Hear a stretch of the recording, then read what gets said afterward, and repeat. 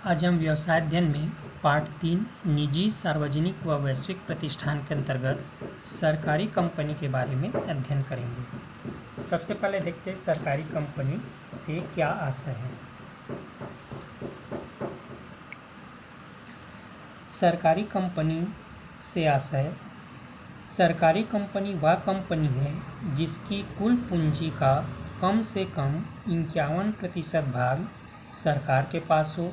यहाँ सरकार का आशय केंद्र सरकार या राज्य सरकार या दोनों से है। ऐसी कंपनियों की शेष पूंजी जनता से प्राप्त की जाती है। इसके बाद हम देखेंगे सरकारी कंपनी के कुछ उदाहरण, जैसे Hindustan machine tools, Bharat heavy electricals, Hindustan steel limited, Bharatiya telephone industry limited, Hindustan fertilizer and chemical limited. इस प्रकार के जो हैं वो है सरकारी कंपनी।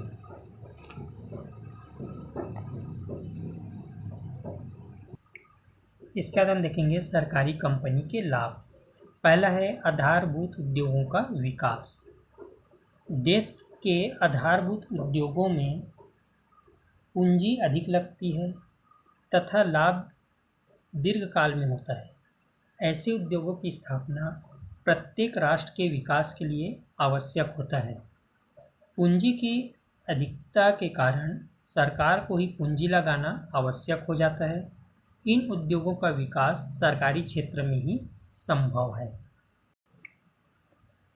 दूसरा है राष्ट्रीय आय में वृद्धि का साधन। सरकारी कंपनियों का लाभ सरकार का लाभ होता है, इससे राष्ट्रीय आय में वृद्धि होती है। तीसरा अकुशल उद्योगों का अंत। ऐसे उद्योग जिनमें अकुशल कर्मचारी व बीमार उद्योग हों, ऐसे उद्योगों को समाप्त कर सरकारी कंपनी स्थापित की जा सकती है।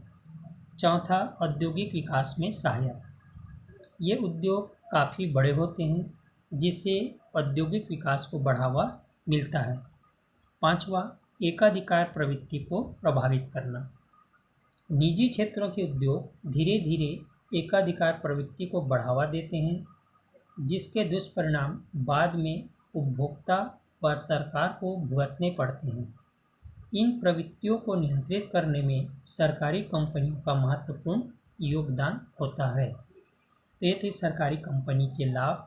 पहला आधारभूत उद्योगों का विकास, दूसरा राष्ट्रीय आय में वृद्धि का साधन, तीसरा अकुशल उद्योगों का अंत, चौथा औद्योगिक विकास में सहायक, पांचवा एकाधिकार प्रवृत्ति को प्रभावित करना। इसके बाद हम देखेंगे सरकारी कंपनी के दोष। पहला है लाल फीताशाही। सरकारी उपक्रम कोई भी हो, उसका सबसे बड़ा दोष लाल फीताशाही है। इसके रहते उपक्रम अपने लक्ष्यों को प्राप्त करने में सफल नहीं होता है। दूसरा अनुचित हस्तक्षेप। सरकारी कंपनियों पर राजनेताओं, उच्च अधिकारियों, जनप्रतिनिधियों का इतना अधिक दबाव व हस्तक्षेप होता है कि कुछ ईमानदार व निष्पक्ष अधिकारी एवं कर्मचारी अपनी इच्छा के रहते हुए भी पूर्ण कुशलता व ईमानदारी से कार्य नहीं कर पाते। तीसरा जनसेवकों में अरुचि।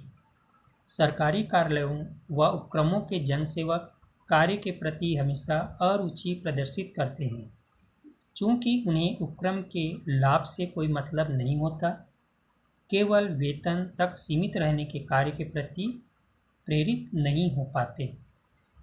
चौथा औद्योगिक प्रबंधकों का अभाव। उपक्रम के उच्च पदों पर आसीन होना व औद्योगिक प्रबंधन का अनुभव होना दोनों अलग अलग हैं। चूँकि इन प्रबंधकों को उद्योगों के संचालन का अच्छा अनुभव नहीं होता, अतः इनका प्रबंधन उद्योगों को अच्छा प्रबंधन नहीं दे सकता। तो ये थे सरकारी कंपनी के दोष। पहला लाल फीताशाही, दूसरा अनुचित हस्तक्षेप, तीसरा जनसेवकों में अरुचि, चौथा औद्योगिक प्रबंधकों का अभाव। इसके बाद देखेंगे हम सार्वजनिक उपक्रमों के विभिन्न स्वरूपों के बीच तुलना। अंतर देखेंगे, विभागीय उपक्रम, सांविधिक निगम और सरकारी कंपनी, तीनों में क्या अंतर है। पहला, निर्माण। विभागीय उपक्रमों का निर्माण सरकार के मंत्रालय द्वारा होता है।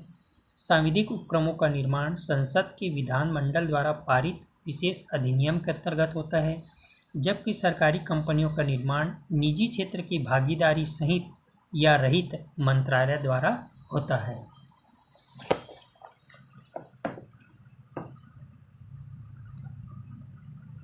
दूसरा है वैधानिक स्थिति।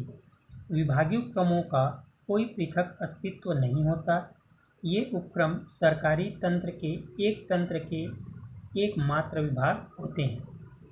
सांविधिक उपक्रमों का पृथक वैधानिक अस्तित्व होता है।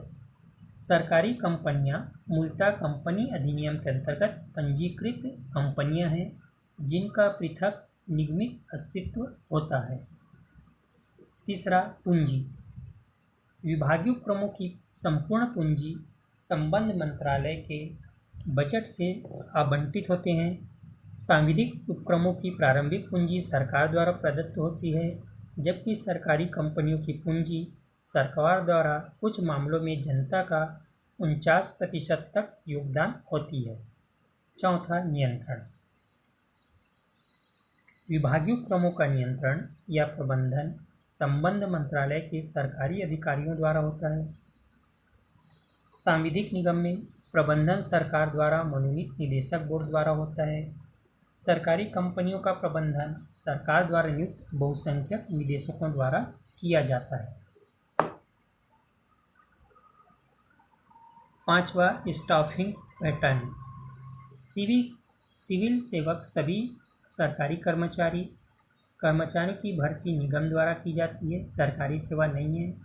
कर्मचारियों की भर्ती कंपनी द्वारा ही की जाती है, सरकारी सेवा नहीं है। छठवां, वित्त व्यवस्था। विभागीय उपक्रमों को वित्त वार्षिक बजटरी अनुदानों से प्राप्त होता है। सामान्य जनता से ऋण नहीं ले सकते हैं। सांविधिक उपक्रमों को सरकार तथा स्वयं की आय से वित्त की प्राप्ति होती है। सरकार तथा जनता से ऋण ले सकते हैं। सरकारी कंपनियों को सरकार तथा निजी क्षेत्र के उद्यमियों से वित्त प्राप्त होता है। स्वयं की आय से भी वित्त की प्राप्ति होती है। सातवां, स्वायत्तता। विभागीय उपक्रमों को कोई स्वायत्तता नहीं होती है। सांविधिक निगम पर्याप्त स्वायत्तता होती है। दैनिक कामकाज में कोई सरकारी हस्तक्षेप नहीं होता है। सरकारी कंपनी में पर्याप्त स्वायत्तता होती है, सरकार अधिक हस्तक्षेप नहीं करती है। आठवां, उपयुक्तता। रणनीतिगत महत्व के संस्थान या जहां गहन गुप्तता आवश्यक हो के लिए उपयुक्त, जैसे रक्षा, सार्वजनिक उपयोगी मूलक सेवाएं। सांविधिक निगम या बड़े औद्योगिक एवं वाणिज्यिक उद्यमों के लिए उपयुक्त है।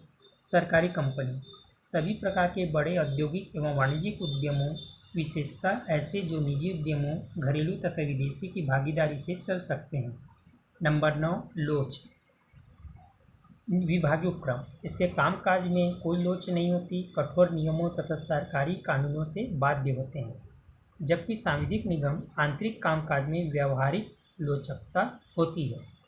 सरकारी कंपनी यह अपने नियम तथा अंतर नियम की रचना कर सकती है।